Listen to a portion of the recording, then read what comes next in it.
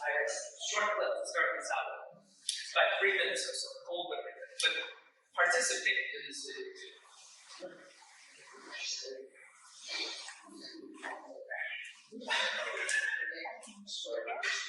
Yes. I always like to come out here and I like to talk about how much we have in common more than we are different. And it doesn't matter what your politics are, it doesn't matter your race or religion. Here at the Ellen Show, we all come together as one, except for the people in the riff-raff room. They're separate. But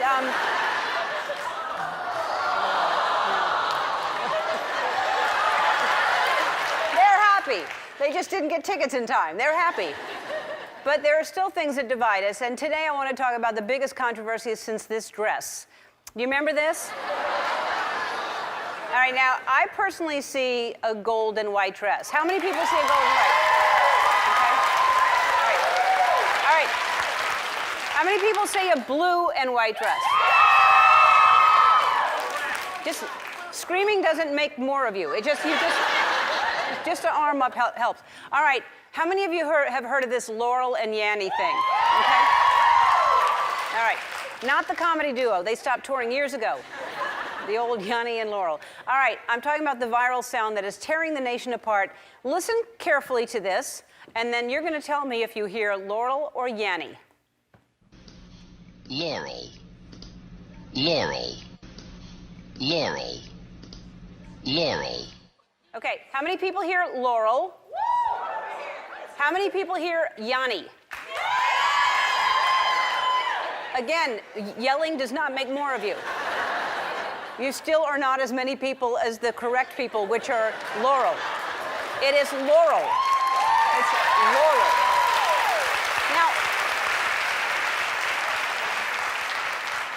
Now, Laurel. It's so easy. It's Laurel. So more of you hear Laurel. The people who hear Yanny, I'm going to have to ask you to leave because it's crazy, though, isn't it? I mean, we can hear the exact same thing and then hear something completely different. How many of you have husbands and you tell them to take the trash out and put the dishes away and they hear, have a beer and take a nap? Totally same thing, and yet they hear it. So this morning I heard something that blew my mind even more. Okay, I'm going to play a clip. Listen carefully to this. All right, now I'm going to play a different clip. The juice of lemons makes fine punch. Now I'm going to play the first clip you heard. It's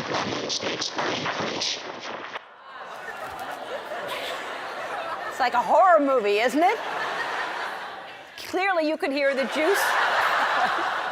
The juice of lemons, right?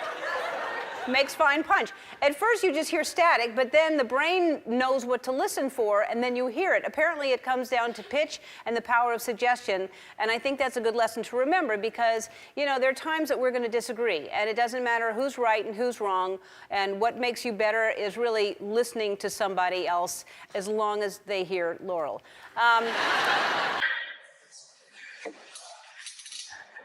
Who heard Laurel? You heard Laurel. What? Nobody? You all heard Yanny? For real? Oh my gosh, that is so crazy. Never once did I hear Yanny. I thought it was a joke. I thought, like, I was watching this, I'm like, that's gotta be kidding. Like, it's gotta be a show. Like, how did you not hear Laurel? And then I was assuming that maybe some of you would hear Yanny. All of you heard Yanny except for a couple of us. Oh my word. And then the Drew Blue dress. What did you see? Okay, so what did you see? So on my TV, on my laptop, which I watched this from originally, it was a white dress with gold.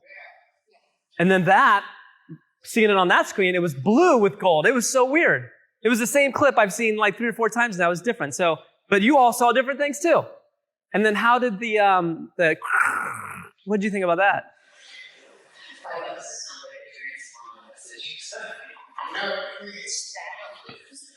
This is the back of the addicts. Explain something to me. When I was working in hospitals. Yeah. There were things going on all day long. It just comes back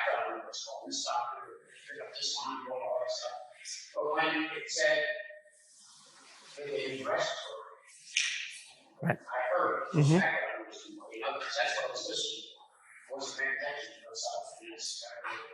And so the last one was perfect because it talked about how, and I didn't let it go further because it was another minute or two, but it talked about how a lot of times our brains work and understand things or see things, just like you said, descriptively, right? We've been trained to hear certain things, and we know what to block out and what to listen for because of our training or because of our experiences. And we've all had this, we've talked about this before in schema. We've all talked about, you all have a paradigm and a filter in which you filter things through, and you know what, your brain knows what to block out and what to pay attention to.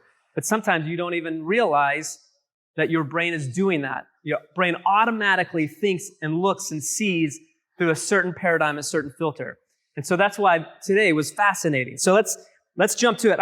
We're going to fly through, Genesis. We got like 5 verses we're going to do. So hold your hats. Aaron was like, oh, that might be too fast. In the meeting, we were talking about 5 verses. I said I pared it back from 6. So hold on, all right? Somebody read 3:7. We're just going to do it.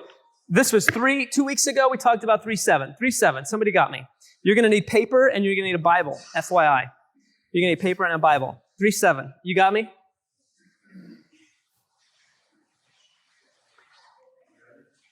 Who's got me? Nate? All right. Giddy up. 3:7. That's it, man. Start at the beginning, brother. Just 7.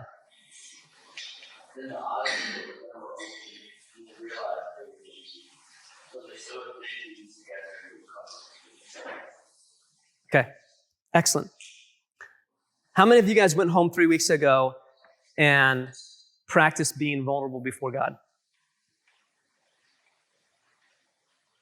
How many of you wrote down and when you left here and put it somewhere in your house that said, I live for an audience of 1? Or wrote down A squared, O squared, to remind yourself every day, I live for an audience of 1, A squared, O squared. How many of you did that?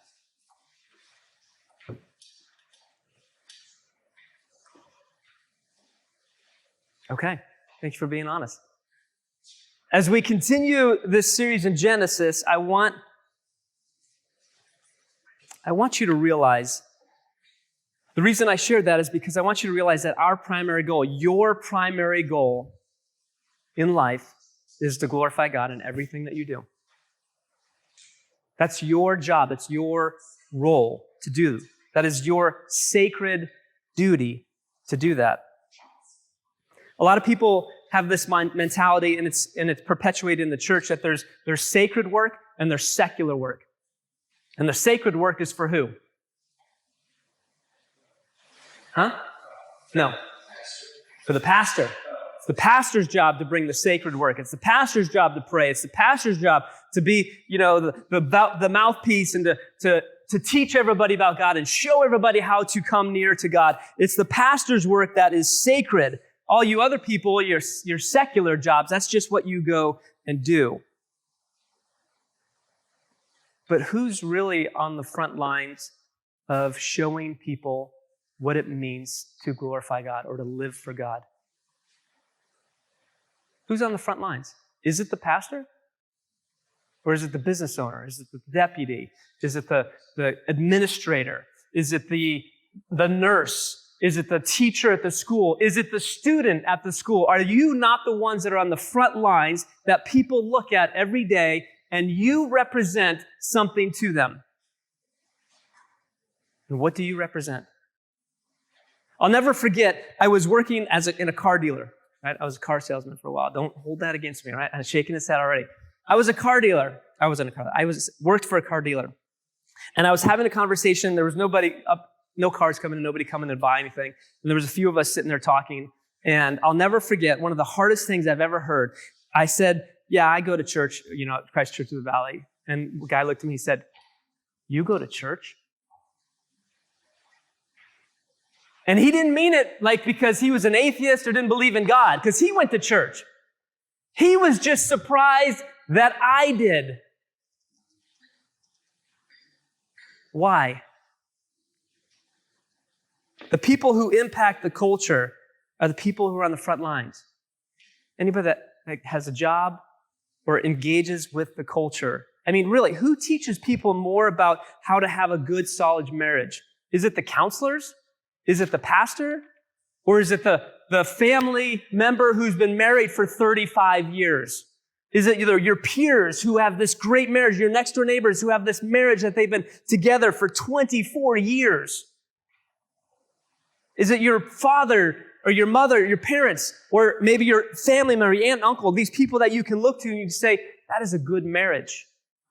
What is so good about them? How do they have such a good marriage? Yeah, I can go to church and maybe hear a few things. I can go to the counselor and hear a few things.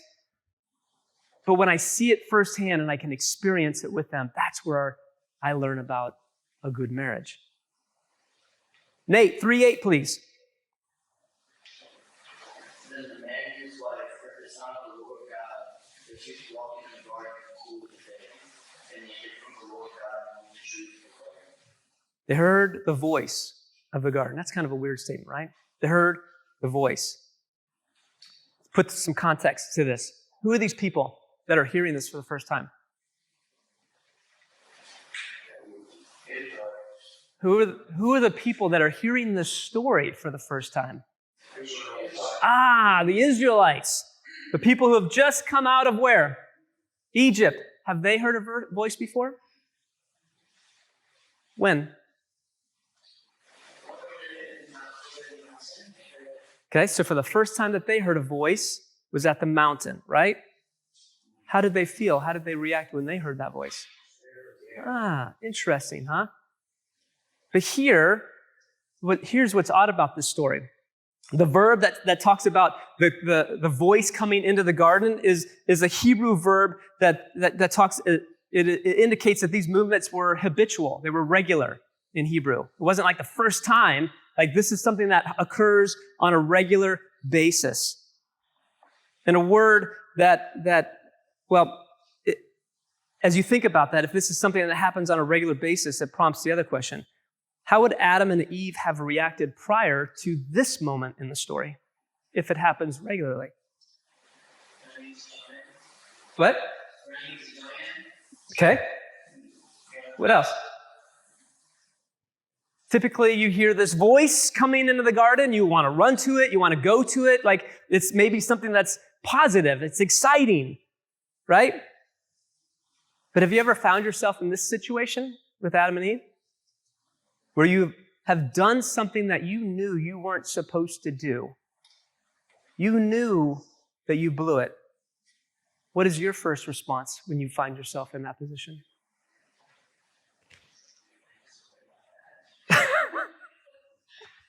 We all have stories about that, I think, Deb. We all have had stories where we find ourselves in this situation, and what do we typically do? Do we hide? Do we try to cover up the bad thing that we've done? Do we lie? Do we blame? It's not my fault. It's not me. Do we not all find ourselves sometime in our history that we've done something like this? I remember when I was close to their age, 10, 12 years old, I had to, my parents raised dogs. We bred dogs, Vizslas. And there was this female, I can't use the word, the female that was outside and this other male that we were trying to breed her with, and they were outside, and I had another male in the house, and my parents said, hey, we're going to leave. Don't let the dog outside because we don't want anything to happen because, the two outside are just not connecting. I'm like, yeah, no problem. I'm 10. They leave for like 30 minutes to go to a friend's house, right? I'm watching TV. There's a commercial. The dog's scratching at the door. What do? Let the dog out, right? I go sit back down. Commercial comes up. What happens? Oh my God. What did I just do? I run outside. Dogs are connected. Now, if you've ever seen dogs breed, these are 80-pound dogs.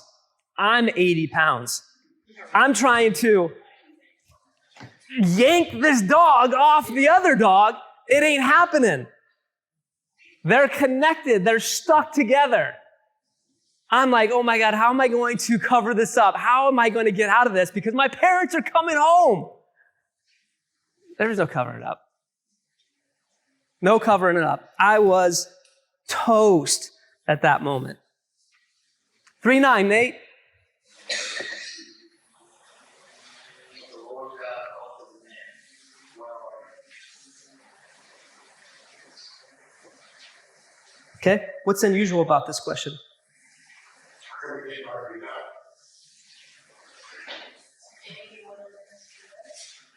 Okay, what else? What do you think is unusual about this question? Wouldn't he have? So what's unusual about it? Well, it's like we'd ask like, if they did something, sorry, if they did it, just want to see it, how you. Mm-hmm. And so he asks the question and he waits, right? What does this say about God's character? What? Patient. The text in the Hebrew says that typically that God has a long nose. He's very patient. Which made me ask the question, this is God's character. Where are you? Like, the kid's hiding here. I can see you, but where are you? Like, I know where you are. I know what you've done. I wondered, do we have this type of patience with our spouse? With our kids? Do we have this type of patience with our parents? With our, what? We have this patience?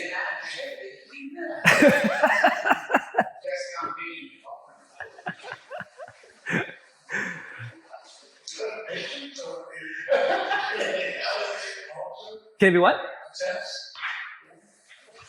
Will they be convicted to come forward to be the first to say where they actually? And it could be a test, but think about the character of that question, though. Because if you know that your son's done something wrong, do you come in and you see it and then just jump all over him? Or do you give him a moment to come out and share and let him take responsibility and say, yeah, this is what I did? Which would be better? Which would be better for him and which would be better for your relationship? I think both. That's what you're saying. Oh. As a test of the proper work, if you leave the city, it's really, so it's one of the basis. Right. Because he's got a plan. Yeah. Trying to go there. Absolutely. So another thing to do is that that's the day we had. Because he was expecting to be there. In order to come along, he was expecting, right, to see them. But there's maybe didn't hide anything that did before. And so all of a sudden they're acting differently, you know what I'm saying? Like, he goes to the normal place where they always sit in their garden and they're not there. And Yeah. So, in other words, you live one way, but then when you do something when you're supposed to do, right, then we start acting differently. And don't we do that when we know we've done something wrong?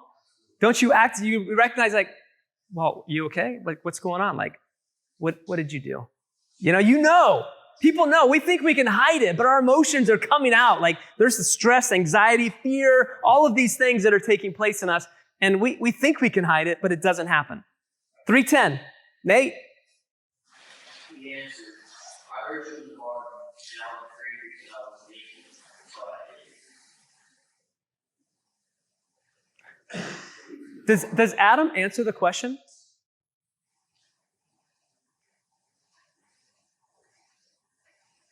Did he answer the question? He answers a question, but he doesn't answer God's question. What does he answer? What question does he answer?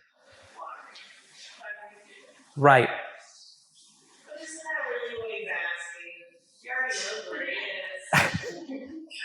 Follow along the story here, yeah? It's interesting, right? There's all of these little things taking place. Yeah, so if he already knows where he is, then why is he hiding?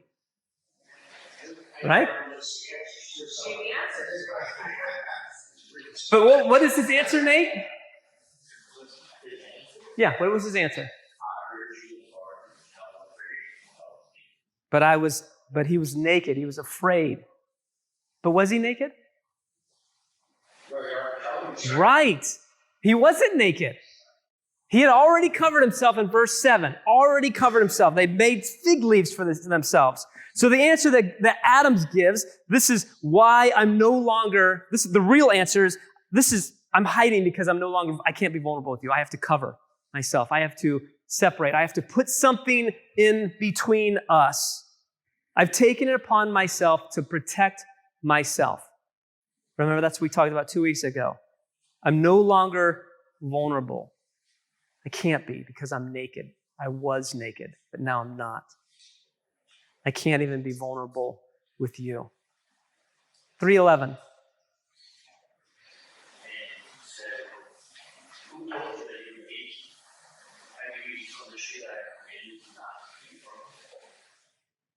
The question, is it about being naked or is it about something else?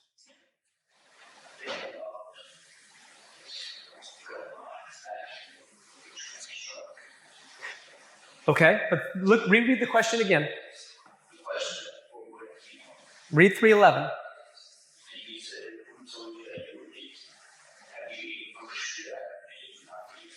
So if the question is not being about naked, what is the question about? No? No? What's the, read it again. What? Okay, read the question again. Out? Yes. Who? The question isn't about being naked. The question is, who? Who you been talking to? Who told you this? Who told you you were naked? That's what the question is about.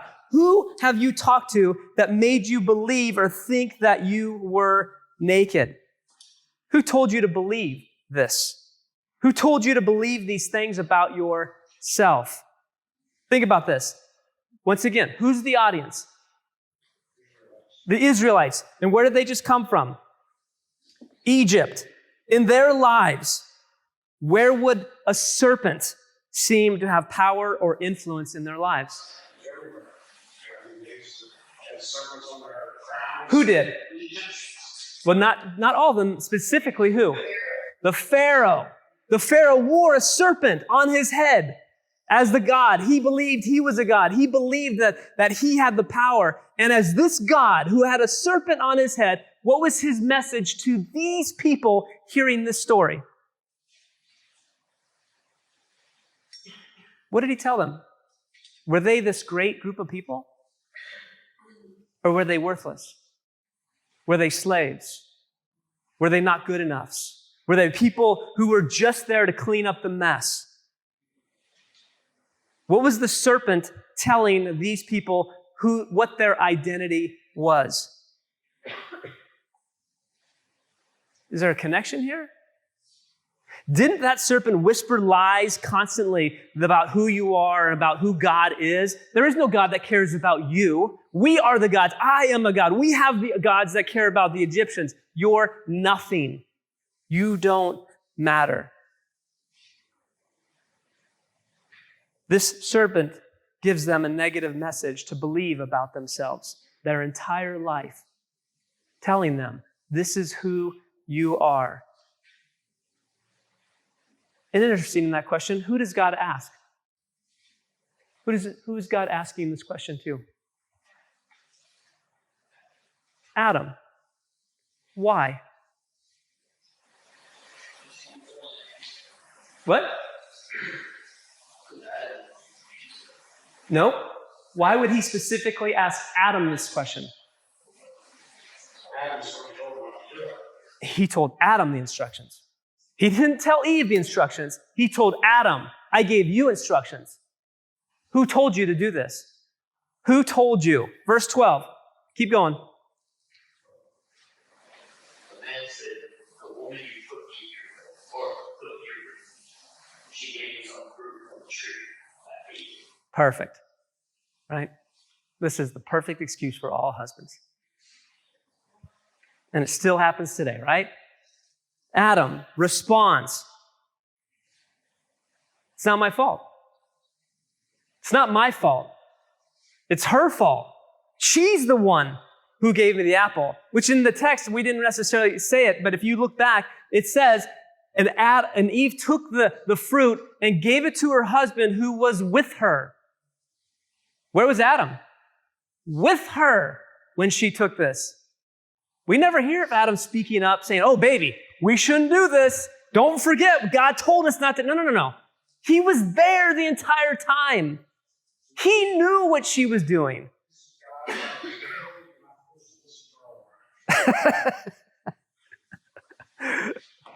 So leadership, this is a leadership principle. You brought up leadership. This is a leadership principle right here. The very first thing, one of the very first stories that these Egyptian slaves hear is personal responsibility. We live in a world that loves to abdicate responsibility, don't we? We live in a world that loves to blame other people. We live in a world that loves to deflect. It's not my fault. I didn't do this. Han Solo was Empire Strikes Back. Like, that was like my hero. What was his line in the whole movie? It's not my fault. We all struggle with this. We all love to blame, point our fingers. Think about this audience. Why would this be the first message that they hear? What could have been their negative message? At any point as they move past this mountain, at any point of time, were they going to experience hardship, problems, trouble, battles? What could they say at each time they encountered those? Oh, we've been slaves, man. We've been, held back, and all of these things. Like, we can't do that because, like, look where we came from. We can't accomplish that. I mean, we've been slaves our whole lives. You want us to have a great society? We can't have a great society. Look we've had all these problems. The very first lesson that these people hear is that you are not a victim. You're not a victim. You don't have to live as a victim. The very first lesson that God teaches is to combat this societal problem that still is like a cancer in our society today. It affects us mentally, it affects us physically, it affects us communally. And if not, their emotions and desires would destroy themselves as a community and as a society if they lived a life of victimhood. Every person in this room has some type of pre-programming. You all saw it. Yanni or Laurel. You're all strange because you heard Yanni. I don't get it. Makes no sense. Your schema, your perspective, how you view the world, how you view your past, how you view like what's right or wrong or what's moral. The choices that you make today are based on your perspective of what you learned growing up. That's why the Torah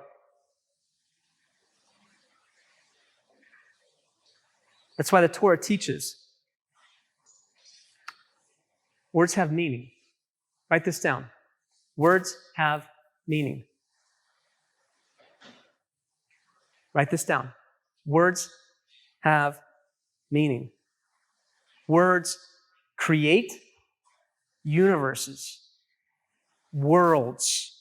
Words build people up. Words can encourage people. Words can make people feel excited. Words can make people feel great about themselves. And words can make other people feel great about them. Words can be generous. Words can be grateful. Words can be thankful. Words can be loving and kind. And words can also be destructive. Words can tear people apart. Words can destroy couples and marriages and companies and organizations and societies and politics. Words have power to separate. What words did Eve hear? It's not my fault, it's her fault. What did she hear between the lines? What? She heard the words of the serpent, right? And what did the serpent whisper to her? It's okay to break these rules. Man, doesn't that look good? If you do this, you'll be like God. You can do all of these things. And like Eve, we all have some type of negative message speaking to us, talking to us. The two most common negative messages that I've heard in all the studies that I've heard, if you boil them all down and peel the onion back all the way back, the two most common negative messages that I've heard, that I've learned, is one,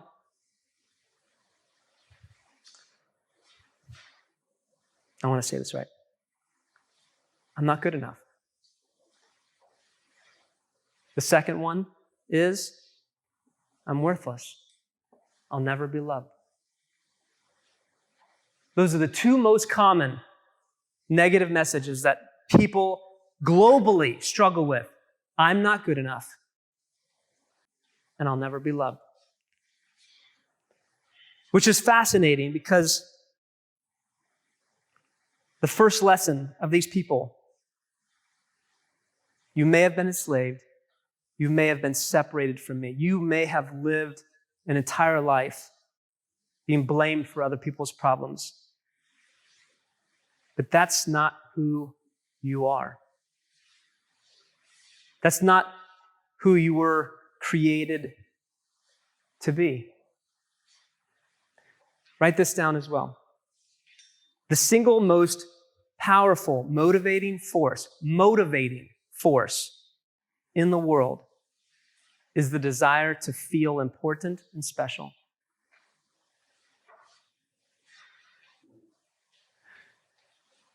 Playing basketball.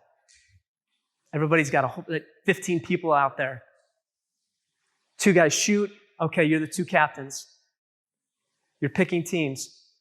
What pick do you not want to be? Why? Because you feel like you suck. What pick do you want to be? The first, second, third? Why? I feel special. I feel important. You want me on your team. In your business, when you're putting a team together, you're trying to accomplish this task. We have to build this. We have to create this. You need to assemble the best team. You need to assemble the Avengers for that construction team. Who are you going to pick? If you're on that field and you're like, dude, I know how to build that. I know how to put that together. I know how to read these plans. I want to be picked. These guys, these knuckleheads, I need to be on this team. Because we all need that desire. We all have that feeling of, I need to feel, I want to feel desired. I want to feel wanted. I want to feel important and special. What story came first? The Exodus or Genesis? Why?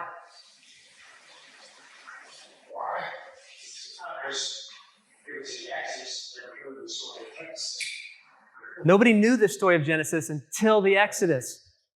Until what? Until they get to the mountain. These people have lived their entire lives being told by the serpent, you're not good enough. You're worthless. Nobody loves you. The gods don't even love you.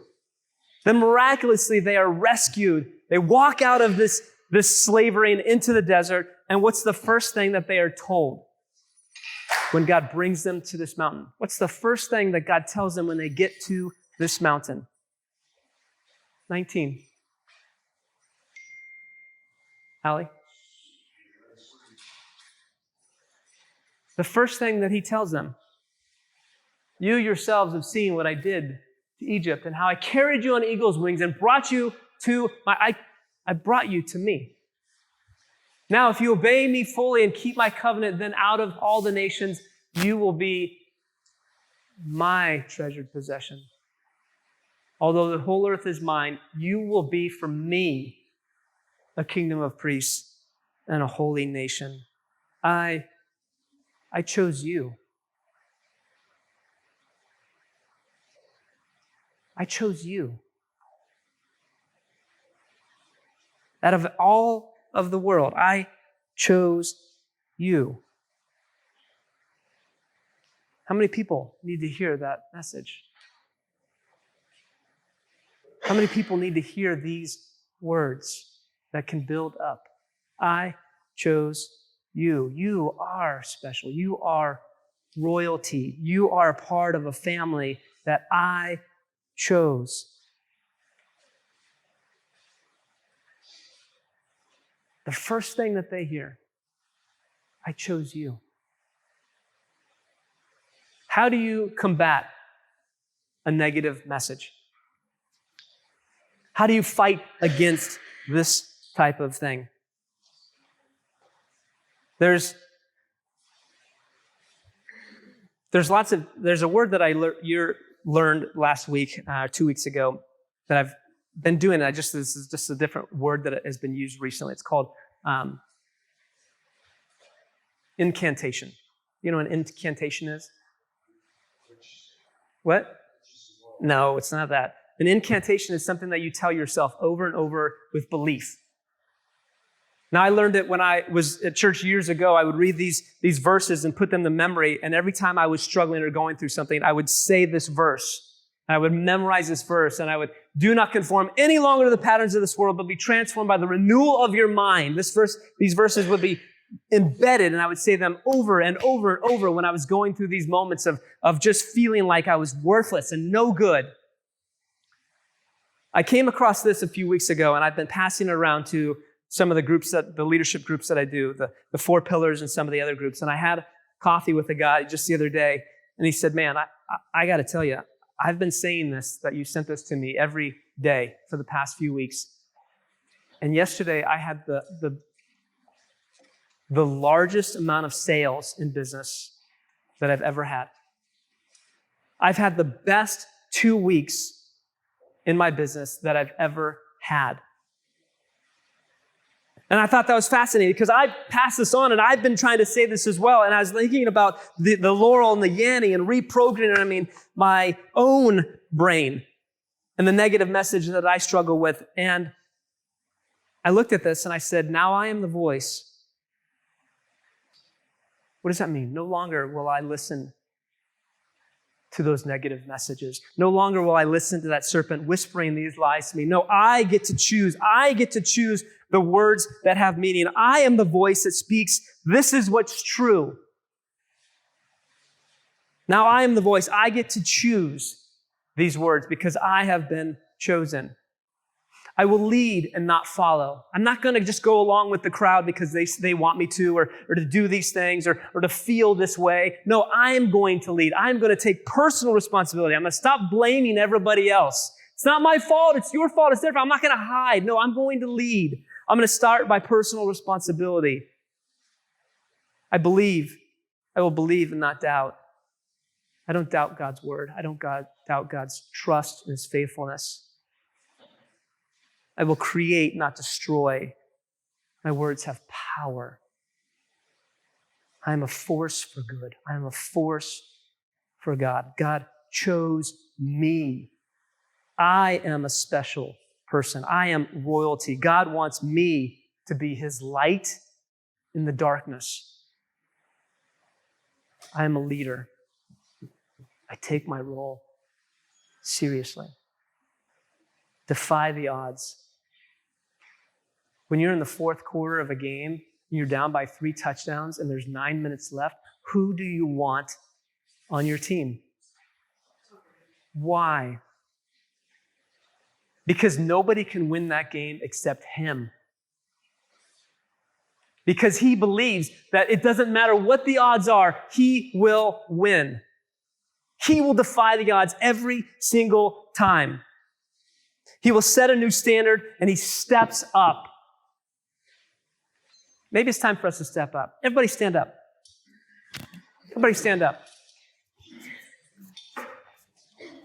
Energy, I've learned, is everything. And if we sit here and we're like, I will defy the odds, I will set a new standard, step up, step up. When you say this, when you have these words, do not conform me longer. When you say these things, you have to say them with energy. They have to have meaning to you. Otherwise, they get buried and just put into the dirt. But if you want them to actually be remembered, when you have energy, when you create energy in your life, shake your arms out. Go ahead. Like, just get loose. You know, create some energy in your body. Create some flow in your body. It's okay. Don't be embarrassed, right? Because we're going to say this with gusto. We're going to say this with meaning. Tom Brady, when he went out there in the fourth quarter, he has this focused mentality. He has this energy, he has a state of mind. And when you have that state of mind, your testosterone skyrockets, your cortisol decreases, which means your memory comes into complete focus. And if you say this with no energy, it means absolutely nothing. But we're going to say this with absolute energy. We're going to say this loud. We're going to say this like we mean this. Because no longer are we slaves in Egypt. We have been chosen. We have been brought out of Egypt and we've been brought to the King. And so we get to say these things because this is who we are. So let's say this together with gusto. We'll start at the beginning. Ready? Now I am the voice. I will lead, not follow. I will believe, not doubt.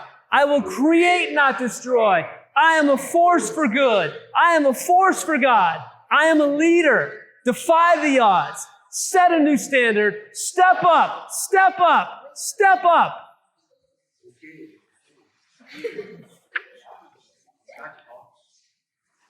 I challenge you to say this every morning. Write this down and say this every morning. And let's see what happens. Let's see how this changes your programming. Let's see how this changes how you treat your spouse, how you treat your coworker, how you treat your family member, how you treat your children, your parents. Let's see how this changes you, because you have the power to change. The power to change comes from the power to choose. You get to choose how you view things, hear things, see things. Let's finish up. Father, we just thank you for this great morning. We thank you for the rain.